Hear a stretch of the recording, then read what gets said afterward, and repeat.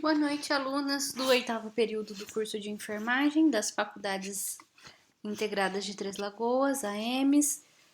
Nós vamos dar continuidade ao nosso conteúdo da disciplina de Saúde Mental e Psiquiatria.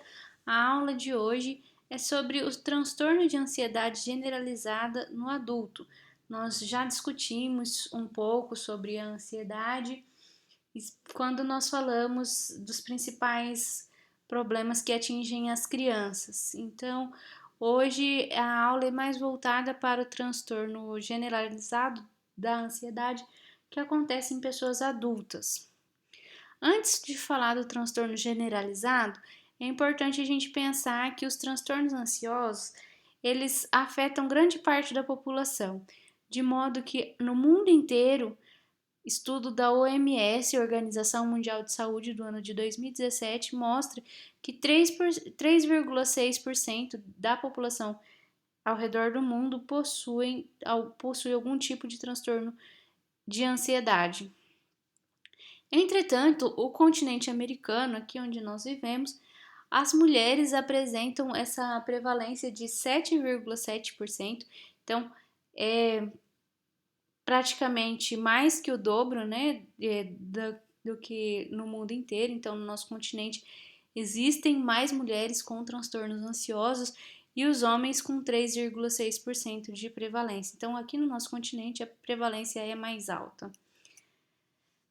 Existem vários tipos de transtornos ansiosos que eles podem levar a pessoa a uma sensação de medo muito intenso, ou ansiedade, ou que ela tenha uma reação de fuga dos problemas, fuga da realidade.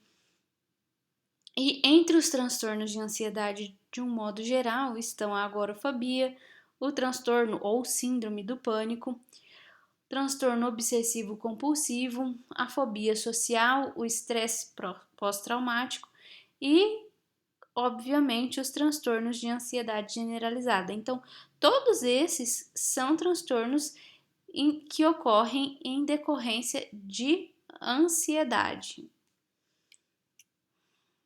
E o que é a ansiedade? A ansiedade, ela é normal, ela é uma emoção que todos nós temos no nosso dia a dia, no decorrer da vida, e é uma sensação de tensão frente a um problema específico. A gente fica apreensivo, preocupado, mas são coisas pessoais ou focadas no trabalho, coisas que têm um fundamento, a gente percebe porque nós estamos ansiosos. E é uma emoção desagradável, só que ela é útil, porque ela nos mantém em alerta que algo vai acontecer e ela faz com que a gente tenha uma ação frente ao acontecimento que está por vir. Ela pode funcionar, ela é útil porque ela acaba funcionando como se fosse um alarme em algumas situações reais, não são imaginárias, algumas situações reais de risco. Ela tem então os efeitos físicos que preparam a gente para fugir dessa situação ou para lutar. Na maioria das vezes, enquanto condição normal a todos e comum a todos, a gente tende a enfrentar esse problema. E o efeito mental da ansiedade, ele faz com que a pessoa foque a atenção para resolver aquela situação que para ela parece ameaçadora naquele momento. Lembrando que não é uma situação real, é uma situação imaginária que pode ser enfrentada de forma diferente de um indivíduo para o outro. E quando essa situação de ameaça passa, a ansiedade ela acaba ficando de lado e a gente consegue levar a vida normalmente de volta, ok? E acaba a preocupação. Um exemplo prático para vocês pensarem. Então, uma situação de ameaça. Vamos supor que amanhã as aulas voltem e que nós vamos ter prova amanhã de saúde mental, em psiquiatria. Então, vocês às vezes se sentem ameaçados por conta dessa prova, porque vai tirar uma nota baixa ou porque tem que estudar muito. Vocês se sentem com uma situação de ameaça e ficam ansiosos. E aí essa ansiedade vai fazer com que vocês fujam do problema ou enfrentem. Não tem como fugir de uma prova da faculdade. Então vocês vão enfrentar. E como que vocês vão enfrentar? Então a ansiedade funciona como um alarme que você tem que se programar para enfrentar. Então vai fazer com que você estude a matéria, estude o conteúdo. Aí vocês vão, fazem a prova, tudo ok, vão super bem na prova e a preocupação acaba, entenderam? O mecanismo comum da ansiedade, isso aí acontece, por exemplo, alguém vai fazer um exame importante que pode ter um diagnóstico positivo ou um diagnóstico muito ruim, uma doença que não tem um prognóstico bom e a pessoa fica apreensiva até fazer esse exame. Ela faz o exame, conversa às vezes com o médico que realizou o exame, se foi um exame de imagem, por exemplo, um ultrassom ou uma ressonância, e aí ela começa a ficar mais calma e quando vem o resultado, acaba a preocupação, ok? Em geral é isso, é só para vocês, são exemplos para vocês pensarem em como a ansiedade acaba sendo normal no nosso dia a dia, naquilo que a gente tem para fazer, ok? Então isso é considerado ok, normal, é uma emoção que todos nós passamos durante a vida. Entretanto, quando essa ansiedade se torna um transtorno, quando ela faz mal pra gente, ela se torna um transtorno quando ela começa a arruinar as atividades que a pessoa faz. Ela não deixa que a pessoa viva de forma adequada. Ela vive ansiosa e preocupada o tempo inteiro com situações que às vezes existem ou às vezes não existem. São ameaças que foram criadas pelo cérebro dela de forma e que as coisas são percebidas desproporcionalmente.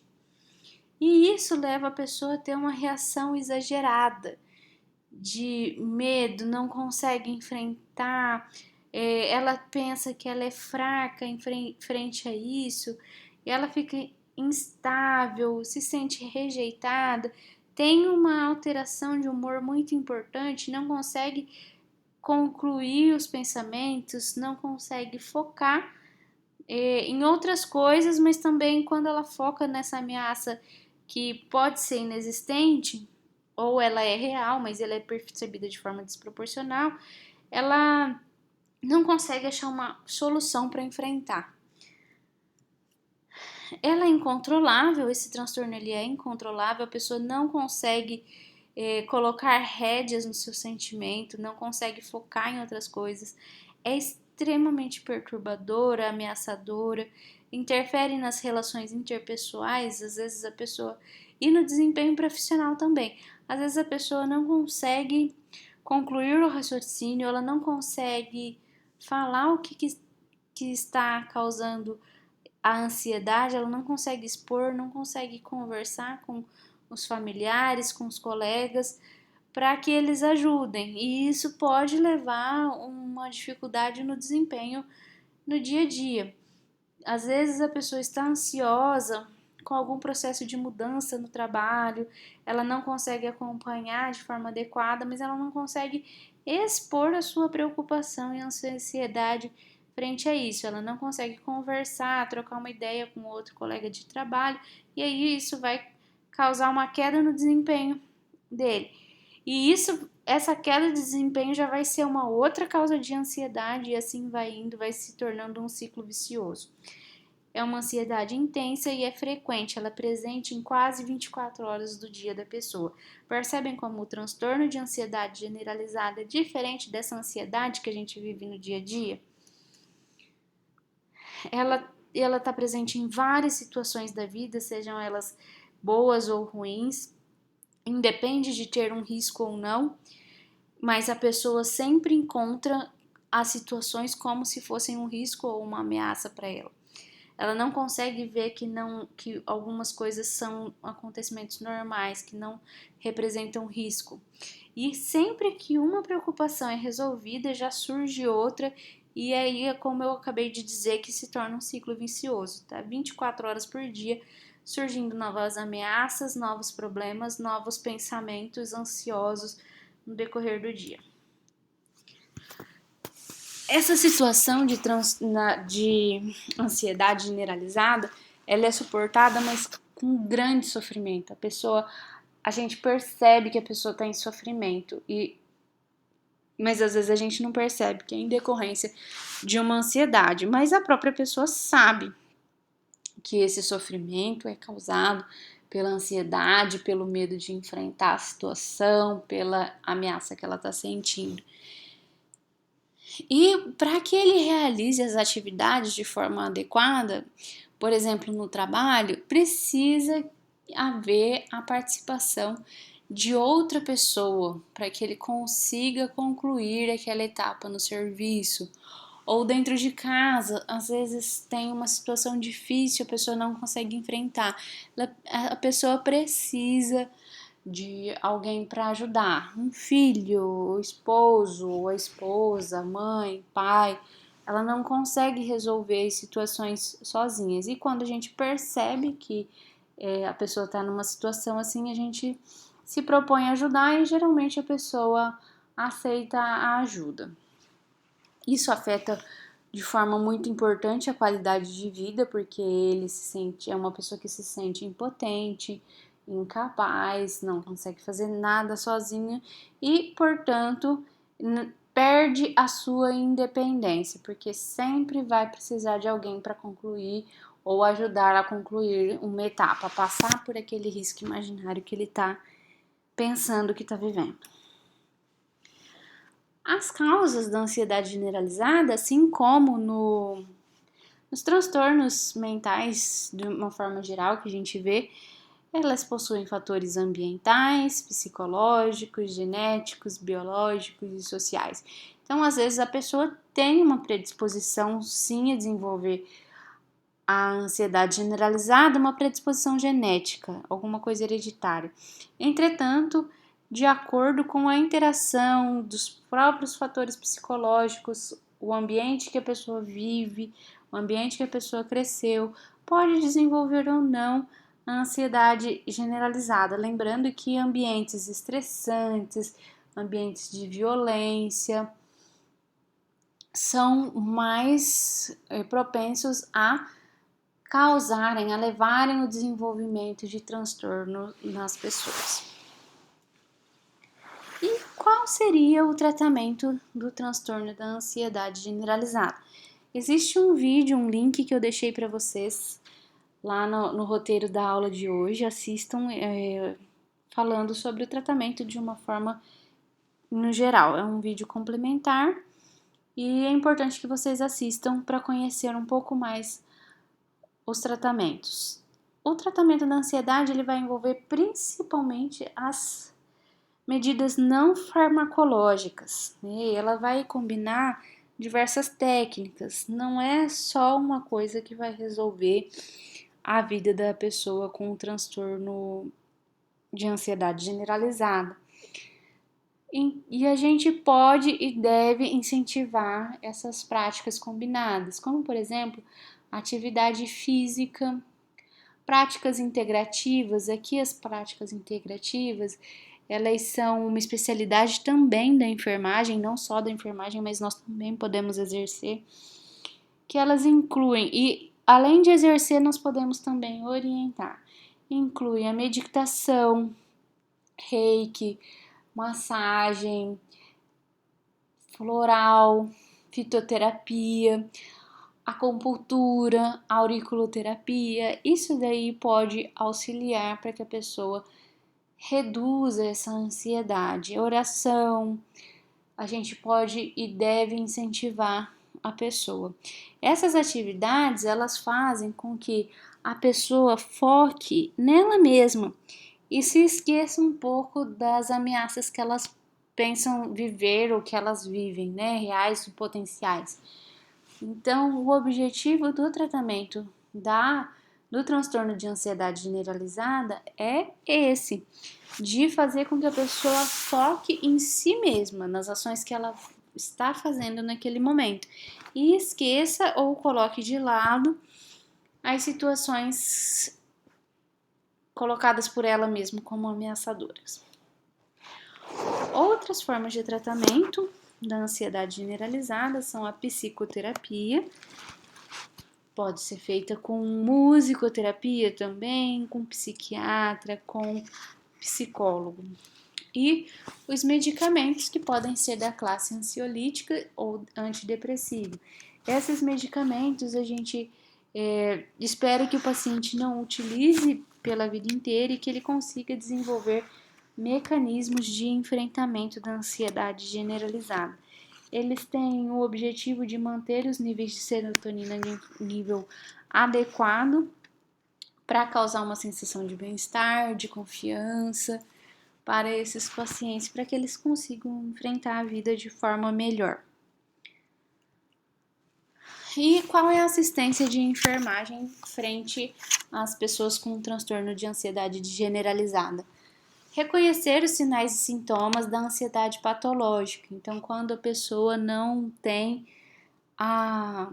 riscos reais existentes o tempo inteiro, 24 horas por dia. A ansiedade, ela pode causar taquicardia, suor, cansaço, falta de ar, dificuldade para respirar, né? E esses sintomas, esses sinais são de ansiedade patológica também. E quando a gente sabe que são sinais de ansiedade patológica quando eles são extremamente frequentes. É uma pessoa que apresenta-se preocupada o tempo inteiro, ela acha que ela não vai dar conta. Então a gente tem que reconhecer esses sinais. E encorajar a comunicação interpessoal, porque são pessoas que têm a dificuldade de expor o problema, de expor o que está acontecendo com eles, e eles têm dificuldade de pedir ajuda. Então a gente encoraja, conversa, pergunta o que está acontecendo, ele vai falar que não está acontecendo nada, depois a gente pergunta de novo e tenta conversar e ganhando a confiança do paciente para que ele fale com a gente, que ele fale com familiares e pessoas que trabalham junto ou estudam para a gente ajudar, para a gente poder contribuir para que essa pessoa viva, tenha uma qualidade de vida melhor. Estimular as atividades que não estejam focadas no problema, como eu falei, principalmente as práticas integrativas, como a meditação, a yoga também pode entrar, mas a gente tem que estimular atividades que estejam focadas no indivíduo, caminhadas, exercícios físicos em geral, né? Que ele tem que focar no que ele está fazendo naquele momento. Exercícios aeróbicos, academia, ok? E, como já falei, as práticas integrativas. Então, tudo isso aqui é parte nossa da enfermagem quando a gente atender um paciente ou uma paciente com esse tipo de transtorno. Essas são as referências utilizadas para realizar a aula de hoje. Eu lembro a vocês que eu estou disponível para conversar, para tirar dúvidas pelo Gmail, pelo Hangouts, pela área do aluno. Assistam o outro vídeo que eu deixei para vocês o link. Um beijo, uma boa semana para vocês e até quinta-feira, na próxima aula.